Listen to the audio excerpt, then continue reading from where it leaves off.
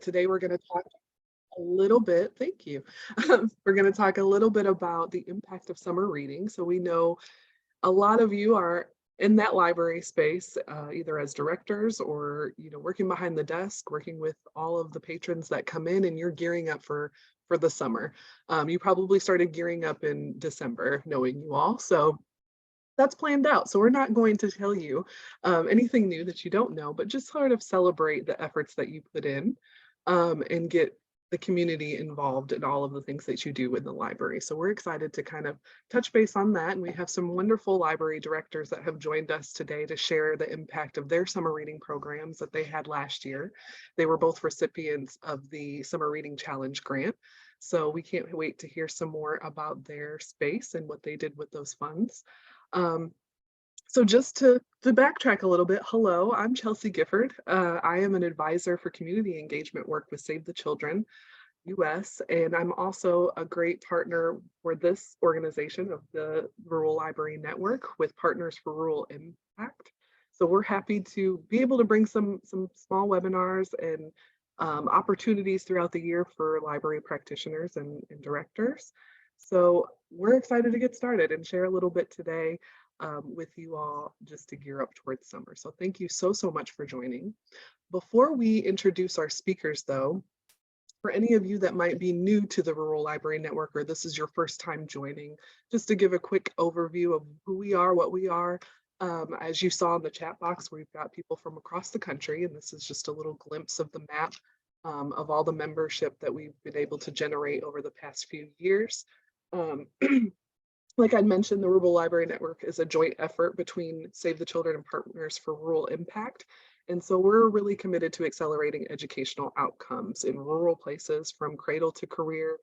And we want to make sure that we provide those opportunities to learn and to also protect from harm, because we know the mission is that rural students succeed in school and outside of school. And libraries play such a huge role in that development and have such a safe, comfortable space for families to come and learn. So we love to uplift that. That's why we want to have this network and this time for you as practitioners to come together and talk about what's happening. So we want to provide that space to engage and support rural libraries across the country. We want to be able to hopefully move the needle in cradle to career outcomes and work to build that community and shared learning among members, because we know we can't do it alone. A lot of the stuff and the best work comes out of that collaboration and sharing of resources. So we want to make sure that we're encouraging that, uplifting that, and making sure that students are ready to learn.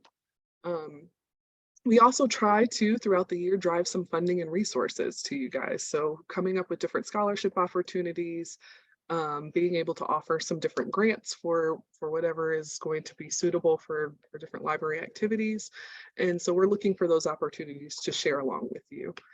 So welcome if you're new here. I hope that you'll stay. Invite another rural library friend to join. We've got the link that will hopefully drop in the chat here soon. If you've gotten this link shared to you and you're not officially a member, please join. And we'd love to share those upcoming opportunities and webinars like this with you in the future. So, summer is better with books. That was our huge campaign last year when we had a reading bus that drove across the country, brought to you by Save the Children, and just throwing that out there that we wanted kids to be excited about reading. And I think that is the goal in the libraries all the time. We want people to be excited about coming in and not only checking out a book, but participating in all of the wonderful programs and opportunities that you're able to provide to the community throughout the year. I think that visibility is always an issue, or not an issue, an opportunity to evolve, because I think there are still some barriers with how libraries are perceived and what everybody has to offer. And we want to make sure we're still always inviting people into that space. So especially during the summer, when there is a huge chance for learning loss after the kids are in a break from school. So this is our chance to just sort of talk about that, talk about how without daily reading practice that children can lose up to 3 months of literacy skills over the summer, and that's huge. So we know that as libraries, we play such a big part in making sure that that doesn't happen, and you guys do such an amazing job of making it fun. And I think that's the key to getting children to want to read, to stay reading, to be engaged throughout those summer months is that fun element. So all of that effort and things that you guys do to put into that planning is so necessary and so wonderful for the community. Can't thank you enough. And now we found that reading at least 20 minutes a day can really boost vocabulary and prevent that learning loss. So I know some people have moved towards that. Spending more time focused on how much time we're reading versus how many books or how other ways that you've calculated that. We're starting to think about that time spent and working together to combat it through those experiences. So we know that community can work together to decrease this summer learning loss. We've talked about that, and developing those strong partnerships is huge. It's essential. We want to make sure that we have those fun opportunities for families, because a lot of times the summer library programs are families' vacations. That's their special thing that they do, and they look forward to it every year. And so what a wonderful thing to offer and be able to say that you were that fun thing over the summer. Um, so here we go. We're going to jump into it. We want to celebrate these efforts and get excited about the impact that is to come. But first, we're going to reflect a little about last year. So I want to introduce to you our next speaker, who is Marianne Herning. Marianne received her MLIS from the University of Washington in 2018 and became director of the I should have asked you, Marianne. Am I saying that right? Klatskin? Clatskanie. Clatskanie. Clatskanie. See, I was not saying that correctly at all. Clatskanie Library District in 2021. Marianne is passionate about bringing as many resources as possible to the rural community in the library that the library serves. So I'm going to hand it over to you, Marianne, and let you share a little bit about your impact from last year. Awesome. Thank you so much, Chelsea. I really appreciate that. We were so appreciative of this funding. So, and I'm going to probably tell you guys a lot of things you already know because I was a newbie. So last summer was my very first summer doing a summer reading program. I was an academic librarian before I became the director of the Clatskanie Library here in Oregon. I'm in a we're about an hour away from Portland, heading towards the Oregon coast. And we have a service population of about 2,500 folks, and we're a special district library. So we've got that's a little bit different too. So I actually got here in the tail end of the 2021 summer reading program, and we had about 38 kids participate in that. And I thought, okay, we're going to be post-pandemic in 2022. We're going to have a lot of opportunities to just completely revamp how we do a summer reading program. So some things I bit off a little bit too much. For instance, and some of you, like I said, will kind of laugh at my mistakes. We decided to do 10 weeks. 10 weeks was a little too much. So we're going to scale back and we're going to do 8 weeks this summer. But the Oregon Library Association uses the iRead program. So last summer, our theme was Beyond the Beaten Path, and that was amazing. It helped so much with the partnerships we were able to develop because it really lends itself to rural libraries. It's like a lot of outdoor nature programs, such things like that. But this particular grant, what we decided to do was use it to buy books to give out as our reading incentives throughout the summer. And we also decided that we didn't want to have registration. We gave out weekly bookmarks. So if you go to that next slide, Chelsea, you guys can see the bookmarks that we gave out. And so what they had the opportunity to do is just fill in the bubble for every day that they read during the week. And we gave out 10 different bookmarks that fit the theme throughout the week. So a particular one for each week. And if they returned the bookmark completed at the end of the week, they got to select a free book. And like I said, we dedicated the $3,000 that we got to purchase a ton of books from Scholastic. And what was great about the Scholastic is they had them set by age. So we didn't have to it didn't take a lot of time. And our participants really said that they loved not having to register because they said registering made them feel like they had to really be there for all the things. And then that kind of like, this was more come when you can. We know summer's busy. We don't want to stress you out. We don't want to give you anything extra to have to worry about. Plus, we were able to use the completed bookmarks to track our participation. So over the 10 weeks, we had our highest week where we collected 149 bookmarks. So again, the previous summer, we had had 38 kiddos participate, and we had 149 in 1 week. By the last week, we were down. That was our lowest. We had 61 participants that week that completed. And no one, a lot of my board members were very skeptical about giving out books. They had a lot of reservations about making that our giveaway. A couple of their things they were worried about is that kids were just going to fill out the bookmark and return it willy-nilly. And we were going to have to give out like a ton of books to kids that weren't actually reading. And that did not happen at all. We had so many folks say, oh, little Johnny didn't read every day this week, but we're going to work harder at it next week. So it was a really great incentive. We had so many positive comments from parents that they loved the idea of not having so many like little tchotchkes for the kids to pick out, but that they got a book that they selected themselves from. We had a big giant cart. You'll see some pictures at the end, but it was really great. And again, like I said, it kind of eased a bunch of things for us on our end from administrative standpoint.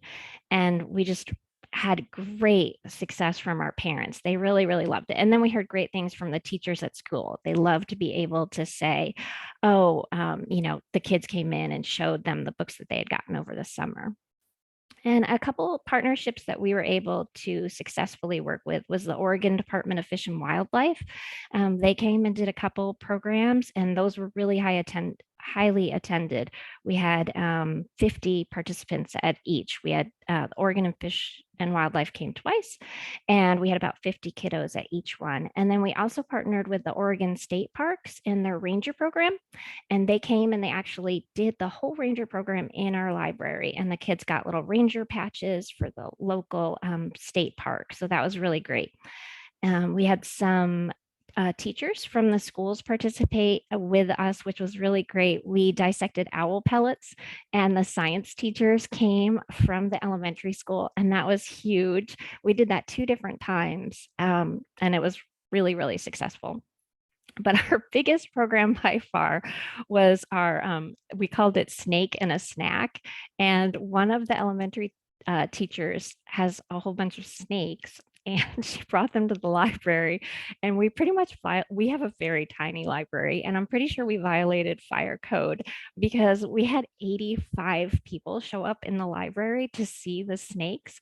And so it was, like I said, by far the most successful thing we've ever done. And I teased everybody that this summer's reading theme was just going to be snakes, snakes, snakes, because obviously it was such a huge draw in the community. Another popular thing that we did that allowed us to partner with a local pizza restaurant was we made solar ovens, and we were able to have the pizza restaurant. They gave us all the pizza boxes that we used to make the solar ovens, and that was super, super popular. I'm trying to think what other types of things we did that you guys might find interesting or different. We did a lot of passive crafts. We had craft stations set up in the library, and parents really like that. And also, we found that one of the biggest demographics that really loved all of the things that we offered with grandparents. A lot of grandparents are watching their kids during the summer for those working parents, and they're kind of at loose ends as to what to do with the kids sometimes. And they loved it. In fact, we've been having a lot of folks come in over the last couple of weeks saying, you're going to do all those things again, right? You're going to have all those activities.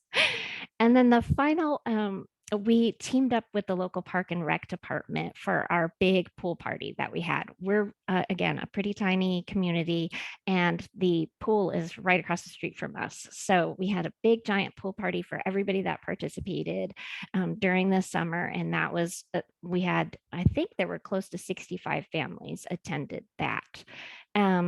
So like I said, the things that were big that we're going to stick with were no more registration.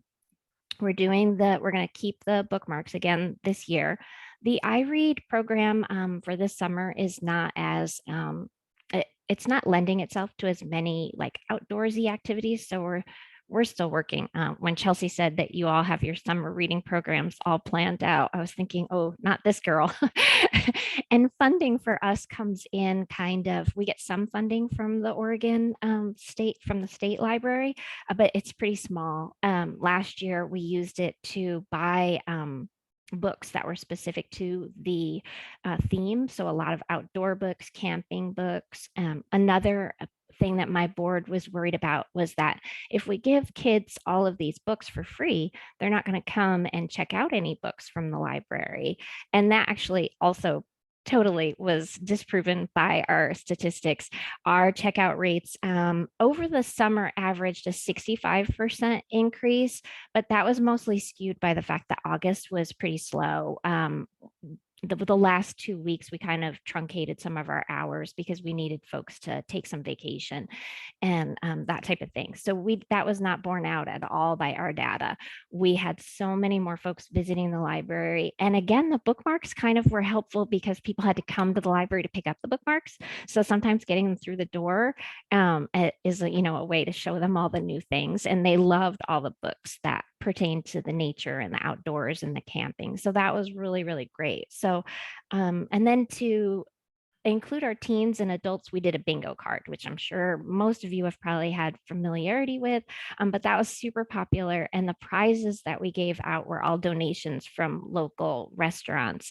A coffee shop in particular gave us some really great coffee mugs, and we kind of filled the mug up with some fun things. And we had pretty big participation for that. We had 28, which again, for our tiny library is a pretty big deal. And so that was really great for the teens. And the teens had the opportunity. They could either pick the books and do the bookmarks or do the bingo card. And then our final activity that we started during the summer was our teen nights. We do a Monday game night with our teens. And that has become so popular that when I took a break in September and I was like, oh, you guys have to wait for next summer, they all revolted and they were like, no, we need teen nights. And so I have, again, teeny tiny community. I have 32 kiddos coming every Monday night to our game nights, and they're not allowed to use their cell phones. They just play old fashioned games. We have tons and tons of games, and they absolutely love it. And we get the pizzas for that donated by that local restaurant too. So that's been really successful. And the one thing that we have kept up after the summer was over. So that's pretty much what we did last summer. And I can't wait to hear what everybody else had going on. And we are so thankful for this funding because we would not have been able to purchase those books. We gave out 1,050 books over the summer, which is pretty amazing, I think. And so here are some pictures of some of our participants. I'm sure you guys know in a small library with I'm the only full-time staff member. I always forget to take pictures. And so I wish I had more because we have some amazing families here. This is one of my favorites. They come to all my book clubs and they love to read. And they had the most fun every Saturday. So Saturday morning is when they could come and bring in their filled up bookmarks, and they were always my first family there on Saturday mornings to get their books. And it was so much fun to see the kids oohing and awing because as you can see, it's a pretty big cart. The bins were divided by like picture books and board books. I wasn't able to get the board books from Scholastic, so I did order those from an alternate resource, and those had to be replenished the most often. But we had graphic novels, and it was also a really great way to get to know the community's tastes because, again, I was fairly new. So, really seeing which books the kids gravitated towards was very helpful for collection development purposes as well. And Scholastic was really great in that they had some combos again in a rural community. A lot of folks liked the classics, so we try to have a good mix of that hit our demographics. And then I have one more. Yep. And this is our other, one of our other families and you have a better look at some of the picture books and how we divided them up by age. And then you can see there's some YA books on the bottom shelf for the teens that decided to do this instead of the bingo card. But they just had so much fun. And it was really like, I think everybody wanted to work on the days that the kids, and they could come and pick up the book whenever. They just had to, we're really not into like a lot of rules, and so we're pretty loosey goosey, I think, just because we are such a small library. We have a lot of freedom to do. So we were not very legalistic about any, they could come and pick up the books whenever they wanted to. And some of the kids were like, oh, I really want this book. And I do have to say, I special ordered some books for some. They were like, I want to finish this series or whatever. So the funding was great because it went a really long way, and we would not have, we're figuring out how we're going to how we're what we're going to do this summer for the funding to cover this, because there's no way we can't do it again. Thank you so much, Mary Ann. I enjoyed hearing about that. Passive programming is my favorite. Anything that you can do that everyone enjoys and it's limited amount of staff power is amazing. And obviously, I'm a big fan of books, so I love that as a prize alternative and not doing so many of those little prizes. So I love to hear that. But thank you so much for sharing all about your summer. And we do actually have a few questions, and people were inspired and excited to hear about your program too. So the first one that I see, did they have to read a certain number of minutes every day? Was that a requirement for your? No. So the back of the bookmark said that we suggested at, 20 minutes as the goal. But, for the littles, if you're going to be reading forward books and that type of thing. And again, we were just like, we're going to leave it up to you. I remember as a kid, we were kind of a weird family. I mean, I'm sure everybody who grows up to be a librarian, we used to read the cereal boxes in the morning while we were eating cereal. So like I told a bunch of the kids, I'm like, hey, if you're learning about riboflavin in your cereal in the morning, that counts as reading. So yeah, we just wanted to make it as easy peasy, but 20 minutes, we would give them our little spiel about that was the best time frame. Awesome. We have another question. If they didn't read each day, did they still get a book? I'm She sorry, said, I didn't hear the beginning of that. oh, I'm sorry. She said you may have mentioned this, but she might have not caught it. But if they didn't read each day, did they still get a book? Or how did that So denial process go? it was totally self, reporting. And so there were some parents, when the kids would come in, I'd say, oh, do you have your bookmark? And the mom would be like, oh, he didn't read on Monday. And so they kind of, self-policed whether or not they did. I have no way of, like, the kids who filled out bookmarks got a book. And we had so many books that, and again, the more books, the better. So I just wanted as many books in hands as humanly possible. That's perfect. And I found the honor system tends to work pretty well. Like you might have a few people that are trying to bend the rules, but for the most part, people just want to enjoy it and read for fun. Yeah, and we had tons of parents say that they would put the bookmark up on the refrigerator with a magnet as like a visual reminder to say, "Hey, don't forget, you're going to read today." And they said that it was so motivating. They were so excited. And some of them were like, they would see a book that they wanted for the next week, and they would like try to like, we found books kind of hidden sometimes because they were like, "Oh, I want this to be available." And it was just so exciting to see how thrilled they were. Like, some of us might take for granted owning a book, but like the difference between that was super cool. And there was no confusion about like which books they got to keep and which books have to be returned to the library because they're checked out. It was really, it was the most rewarding thing seeing the kiddos and how thrilled they were by it. Catherine wanted to know a little bit more about how the passive crafts were handled and the types of crafts you put out.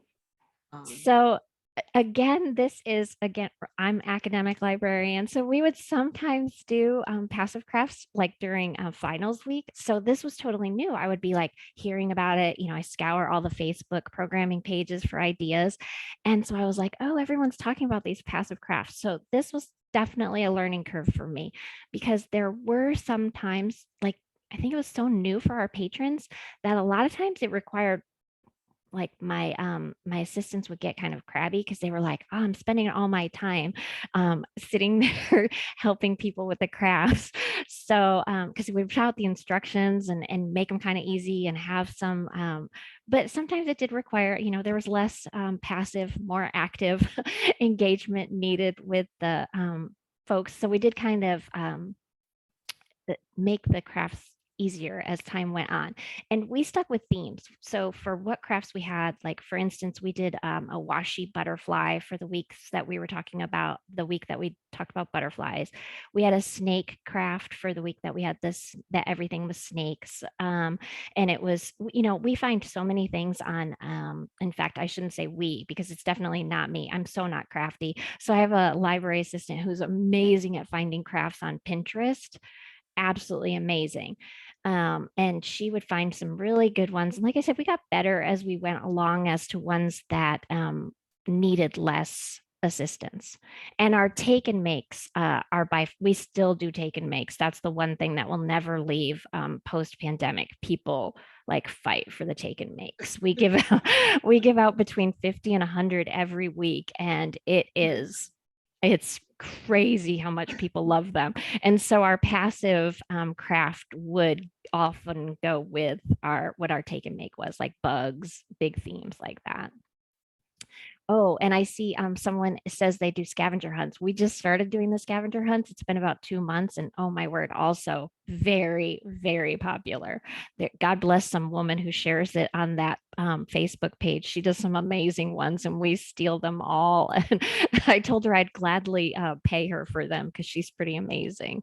Yeah, that's been by far one of the most popular things we have is the scavenger hunts. We didn't have it last summer though. I wasn't on the ball with those. That's okay. It's a lot to put together. And then one last question.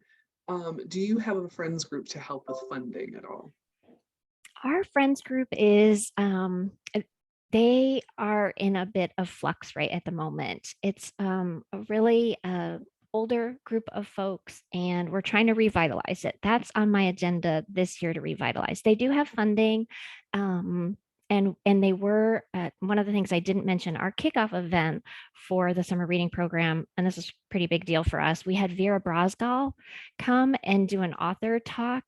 She is a Portland author, illustrator, animator. She started at Pixar, and our friends purchased 100 copies of her Be Prepared graphic novel, and we handed that out. That was our big kickoff program, and our friends paid for that along with a grant that I got from a local cultural center. Where do the ideas from the scavenger hunts come from? Do you have like a special website or something that you use? It's a Facebook group, so I know you do have to kind of wade through the evils of Facebook. Sorry about that, but it's called the Programming Interest. Let me just double check that I have it right, and I can always send a link too.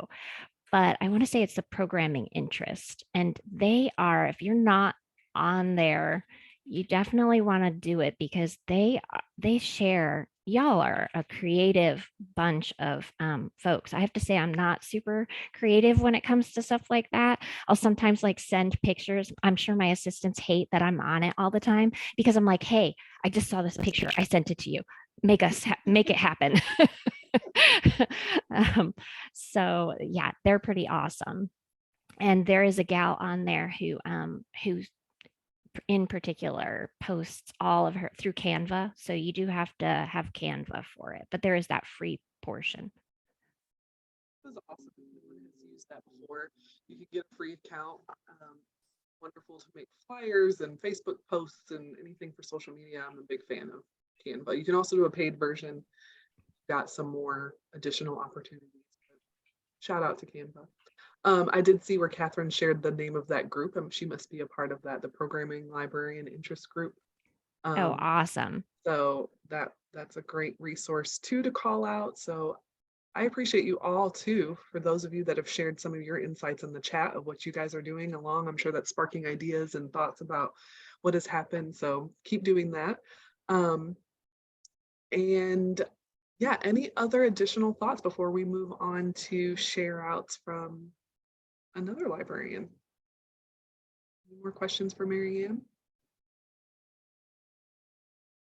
Well, thank you so much for this opportunity. I really appreciate being able to talk about what we did and really say thank you for the money because it was so important to us. Money goes that much money in a tiny library goes a long way. So we're so appreciative. Yes, and we're appreciative to you for sharing, and you're getting a lot of kudos in the chat for how you guys have implemented your program. So I think that's helpful. And congratulations on surviving your first summer reading. I know that's a big, big thing, and you are very fatigued after that. I feel like you just kind of need some months after that to get over summer reading, but it's so much fun I and so know. rewarding. I gave my staff like so many gift cards purchased from they were so I felt so bad for them by the end of the summer because it was so hectic and so much different than it had been in previous summers that I'm sure they were like ruining the day I had ever been hired. But God bless them. They did so much. They were amazing. I love it. I love it. Thank you so much. And thank you all again for your engagement. And we are going to move on to our next speaker, who is Miss Judith Cutright. She's a director of library services in Tennessee and has worked in the library world now for over 28 years. Good for you. She is also currently employed as a tax professional. So if you need your taxes done, she's your lady, and has been preparing those for 27 years. Judith's been married for more than 40 years and has 2 children and 3 beautiful grandchildren. And her hobbies include reading, gardening, traveling, and scuba diving, which I'd love to learn more about. We should do a whole separate webinar on just that. So welcome, welcome. And we can't wait to hear about your 2022 summer reading program. So I'll hand it over to you, Judith. You are welcome to come diving with me anytime. And as a matter of I'm fact, I scared. am a little hurt that you didn't use that picture because that is how I started my summer reading program. Last summer's theme just fit so well. Oceans of Possibility. And this was my first summer reading program at this particular library. I had just moved in here in February, so I had very short time to make all the plans, and Oceans of Possibilities just was so easy to work with. And again, I couldn't do it without the funding from Save the Children. That just helped immensely.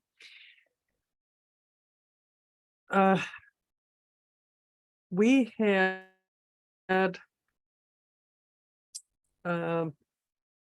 sorry, I'm a little we're in a 10,000 square foot building. We do have a separate meeting room, which is where you can see the front of that building, where we do all of the summer reading activities. So we are blessed with space. Unfortunately, we are not blessed with the funding to go along with the space. So our summer reading program depends on whatever grants we can get. We do have a very active friends group, but they're spread a little bit thin. They are also older citizens. But we depend on grants and donations for our summer reading program. So this grant was amazing. We used the grant for, you can go on to the next slide, sorry. For a lot of our craft items, those stickers there, the kids love those stickers. We had some large blue paper that was donated, and they took those stickers and they made 3D art with them. They drew their own fish. They put some of those stickers on. They drew seaweed. You want ideas for crafts? Talk to your kids, because some of those children have so much artistic talent. I can't draw a straight line, and these kids are coming up with mermaids and everything. It was amazing.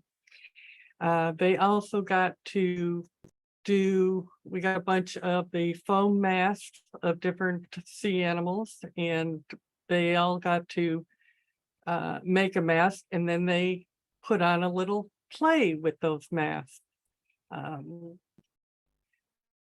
The water globes, we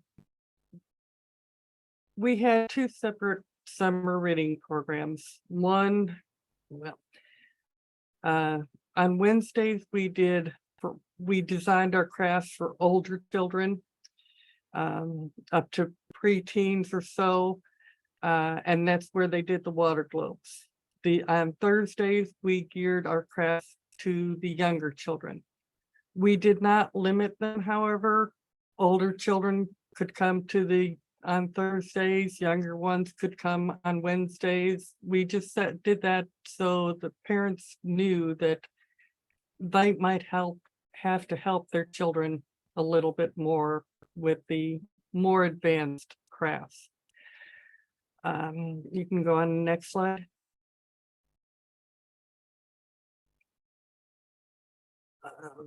At the when children came in, they came into the library, they returned any books, and they were able to pick a item off of our table. These were just little prizes. The crazy straws were very popular. We also had a cart of books that had been donated. Those we had to replenish every single week. So every time they came in just for story time, just to show our appreciation for their participation, they got a little trinket. This top picture, the end of our summer reading program, we did a pirate pizza party. We had 80-something kids show up to that. That did not include the adults. And we spent 3 or 4 hours in there. We had games, we had pirate ship. They all got to take their picture on the pirate ship. We had pizza donated. We had, it was a madhouse. They loved it. We were totally exhausted by the end of it. We were able to purchase those bandanas, so every child got to get a bandana and be a pirate. I'm trying to see. My grandchildren were actually able to join me for that one. I want to say they're in that picture somewhere, but there were a lot of children there. And every time we did go with traditional reading logs. I didn't want to shake things up too much because we weren't sure exactly how this was going to work. This was the first time since COVID started that we actually did an in-house story time. We weren't sure the number of participants. It turned out much better than we could have ever anticipated. But with me being new, with the last couple of years, not sure how many children were going to be there. We did keep some things traditional as far as the reading logs. We kept them where if they read 20 minutes a day, they wrote it down on the reading log. They turned those in after 2 weeks, and they got a slightly bigger prize. Now, of course, some children read more. Our top reader read almost 2,000 minutes over the whole summer. So our top readers did get larger prizes after the pizza party. We had an actual separate day for the awards ceremony, and that Kids Explore was one of those top prizes that they could pick out, take home with them.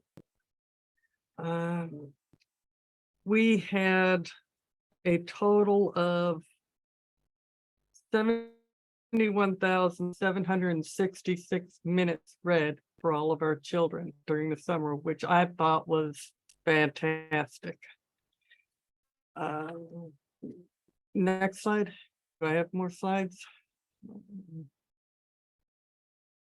Last slide, but that's a lot of minutes. I'm very impressed with all of the the children that participated. And also just want to mention, there's nothing wrong with the traditional. I know a lot of families love having that reading log, and they use it for other parts of their learning experience at home to be able to track things. So nothing wrong with that. Old and new can be merged together. I love to see it. I love the idea of the bookmarks. So those seem just so much simpler and I don't know, maybe more staying on paper, maybe. Mhm. Yeah, I think that, Do I have another slide here? nope, that was the last one. Okay. But if you had any other additional points to make, Uh, I can skip around. I just want to reiterate that I really appreciate the opportunity for the Save the Children, and it just made our summer. We have started to plan for this year. We have gotten one of the state rangers to agree to come and put on a presentation. I don't know if he's going to bring snakes or not, but that is a possibility. We've also got a magician that's scheduled to come, and the Friends have also agreed to get a ventriloquist in this summer. So we'll see how that goes. Sorry, I was talking and I was on mute. That sounds really fun and I love to hear it. Thank you so much for sharing, and I appreciate knowing how much that made an impact for your kiddos at the library, for families that are coming. So I appreciate you being able to share with the group. Um, we've got one question, and this is for anybody who wants to answer. What have you done for summer reading that has worked particularly well with older students? And I think this is good, Judith, you want to approach it first, because I know when you had mentioned that a lot of your programs were incorporating all ages, like you just planned for everyone because you never know who you're going to get. So how do you handle that?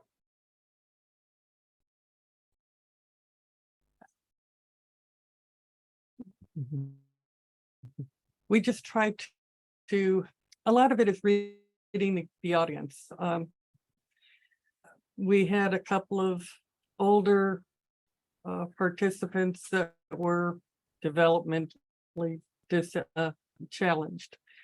So, they were good for, they were better off with the simpler crafts.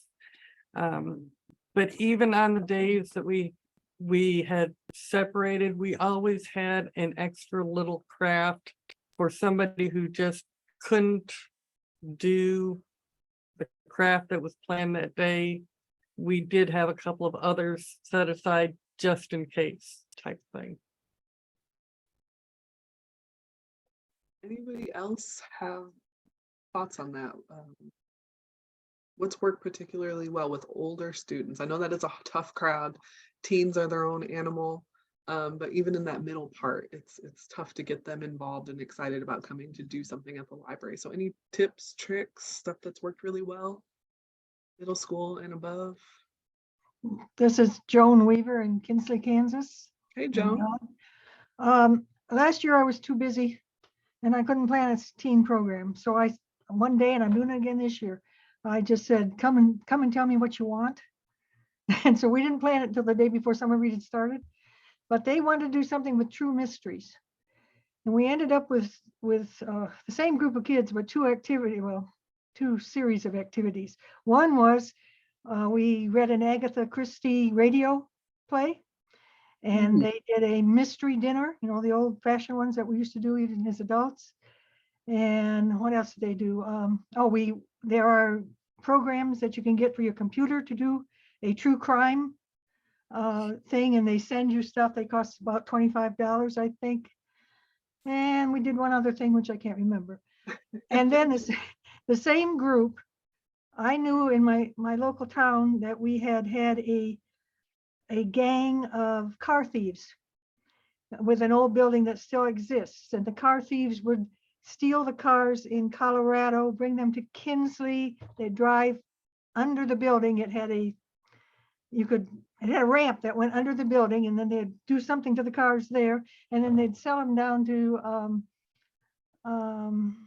New Orleans. And they had sort of a circle going. And the building was there, and so I had the kids research them, and they ended up going to prison, the people who did it, although it was a well-known city. He was the head of the Chamber of Commerce. That was the ringleader in Kinsley. Anyway, they did all the research and everything for that, which I think they really found fun. And then at the end, they put together a video as if they were doing a newscast, a documentary type newscast, which we put out. Good. And then we had all that research done and everything. So I went to this is a small town, small local paper. And we did it as a newspaper article. It was very long. She gave us all they wanted. And she taught the kids how she did the layout for the paper, and they went down and they did it. So it ended up being a great project, and the kids stayed with me the whole 6 weeks that we have. And like I said, that wasn't planned at all. I asked them what they wanted, and that's what they wanted. They wanted something to do that. Of course, they didn't know what. So then I had to use my brainstorming, but it was very successful. And those were 7th, 8th graders, maybe 1 ninth.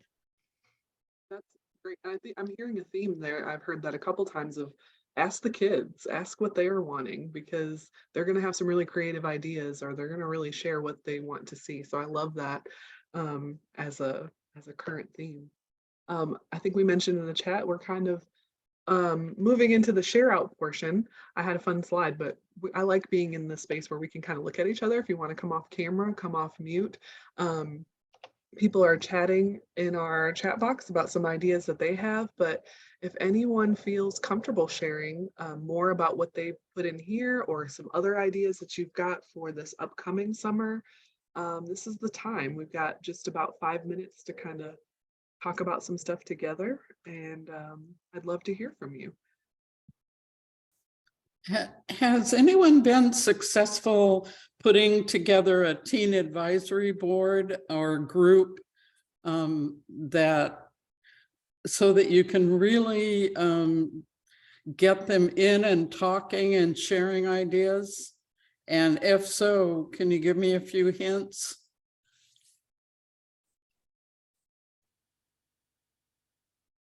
Great question, Cindy. Anybody have that experience? Well, I've done some with that. One thing that I have found is you usually get a group of kids in that will do it, and then it peters out.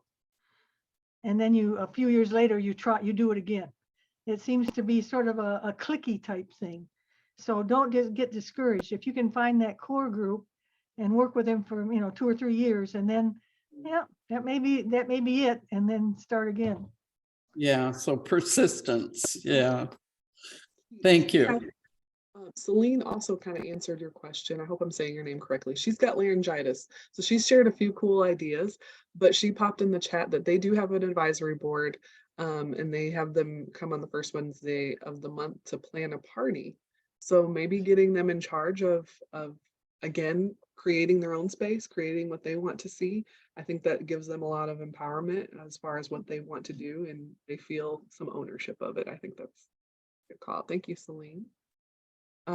Discord, I don't know if you're familiar. I know that's like a gaming streaming. I think I'm getting that right. Maybe do some research on that, but they have a Discord channel for the library that has increased their reach with the teens. So lots of good info there. Anybody else? Our teen advisory board has organized like an art show. So they were in contact with like students at the school and we're able to get them to display their art. And then we just had like some little snacks and hors d'oeuvres type of a thing, and kind of like open house at the library, and people put their name next to their art. And it was the teen advisory board, but also others, kids from the community were able to join in on that too. So I have really reached out to the homeschooling communities, And that has helped. So I met with some parents and asked them what did they want, because I saw this huge demographic of homeschoolers in our area, but they weren't using the library. So I had sit down conversations with them and asked them what they needed. And they wanted specific teen nights for homeschoolers and homeschooling hangouts. So now we do a homeschooling hangout once a month, and that is hugely attended.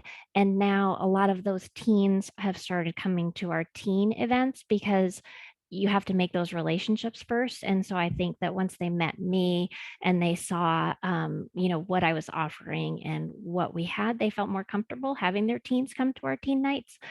So it's been really great because we have this nice mix, but those are options too. I really feel like we do hit the schools a lot, but we're not always making those inroads with our homeschoolers. And here in Oregon, it's just huge. Great call out. Thank you, Marion. So anyone else want to share opportunities they've got or questions? It's kind of our space for just some brainstorming or idea sharing. Again, I want to reference you all to the chat because I can't even keep up. There's a lot of stuff going on in there, and I think you could pull some really good information from others that have shared about what they're offering in the library.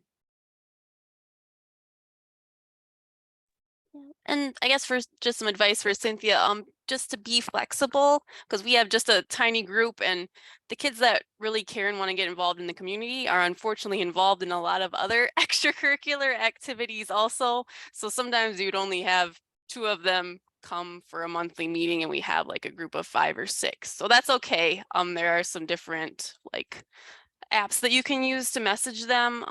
Our advisor, like a staff member at the library, uses Remind quite a bit. That sends out some messages to them as well. So Yeah, that's great. That's kind of one of the issues here in Hawaii. They have a lot of cultural programming provided in other ways. And so there's so much going on for those groups that, you're competing for their time at the library. So I'm trying to find a way I can partner with one of the groups that's already doing it, but be able to offer them something so that they'll come to the library and connect with us. So, but it is a continual issue, and you have to just keep plugging away at it, Thank you for everyone for the comments. At my former library, I actually did have a teen night, which went on for a little over 10 years. When I started it, I kind of targeted the outcasts, if you so will, the ones that weren't involved in sports, that weren't, the real artsy type ones.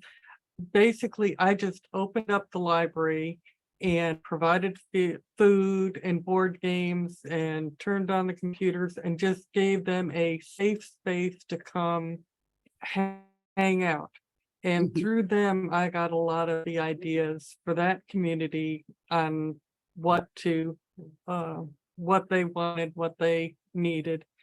And actually, my most popular event with them is we actually had a zombie prom. Again, these were the kids that were kind of lower income and so forth, and they couldn't afford prom, or they didn't have dates, or they didn't want to go for one reason or another. So on a different Friday, I got a DJ. He volunteered his time, and they came in their rattiest, ugliest clothes, smeared with makeup and everything else, and just had a blast. So you might want to look at for the not quite kids rather than the popular kids. If Yeah, That's great advice. thank you. Can you share what the activity was that they wanted to do that you guys felt was not safe?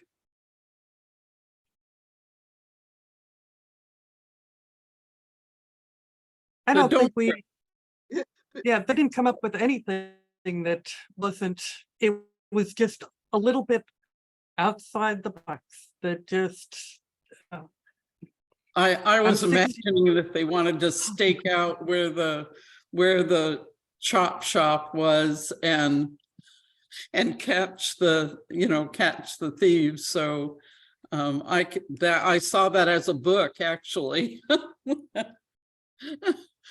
Teen sleuthing. So cool. Great. Well, thank you all so much. I love this idea sharing and the time that you guys get to kind of network with each other and pass on those great ideas. Thank you again to our speakers today, Mary Ann and Judith. You did a great job. I think that really sparked some great conversation and great ideas for the future. So just to wrap up, we have just a couple announcements for going forward. We will not have one of these conversations again, sadly, until August. So we're giving a break for the summer. We know everybody's busy. Obviously, we've got a lot of plans in place and some that still need to get their stuff together for summer reading. So we're going to honor that and just not have one of these scheduled calls, but still be checking your emails. You'll get some correspondence from us. We still have award announcements that are coming out very soon. We had such an overwhelming response to the grant applications for summer reading and summer feeding. So we've got reviewers on that. They're working diligently to get through and get some of that in place. So we'll be making formal announcements hopefully in the next week. So we appreciate you all that were able to apply, and hopefully we'll continue to offer this opportunity going forward. The window did close on April 15th, so we will be getting those out very shortly. And also be on the lookout for a membership survey. Again, just keep an eye on that email. We'll be putting some things through there, and we might have some other additional opportunities come through as well. So make sure you look out for that, Rural Library Network. And if it goes to spam, take us out of the spam box, because I know sometimes that happens too. Yeah. But thank you all so much for your engagement today, your sharing, your thoughts. We really appreciate it, and we love to be able to have this time together. Put this on your calendar. August 2nd, we'll come back. I think we'll have a conversation maybe around some family engagement in the library. So be ready, and hopefully we'll have some more space like this to really share ideas. So thank you all Chelsea. again. Oh, I'm sorry. Could this is Sarah Mansbach. I'm the person who works in Haiti with rural libraries. Oh, yes. Hi, welcome. Hi. All these ideas are wonderful, and I'm certainly going to take them back to Partners in Literacy Haiti. Is there a way that I could get connected with Save the Children, the folks that are working in Haiti with Save the Children? Could you maybe email me that information? Yes, let me drop my email in chat if you'll send me just your question again, and I can direct you to the right folks. Okay, that would be wonderful. Thank you. Thanks for joining us today, and thank you all for joining us today. And I hope you have a wonderful rest of the week. And please join us again next time.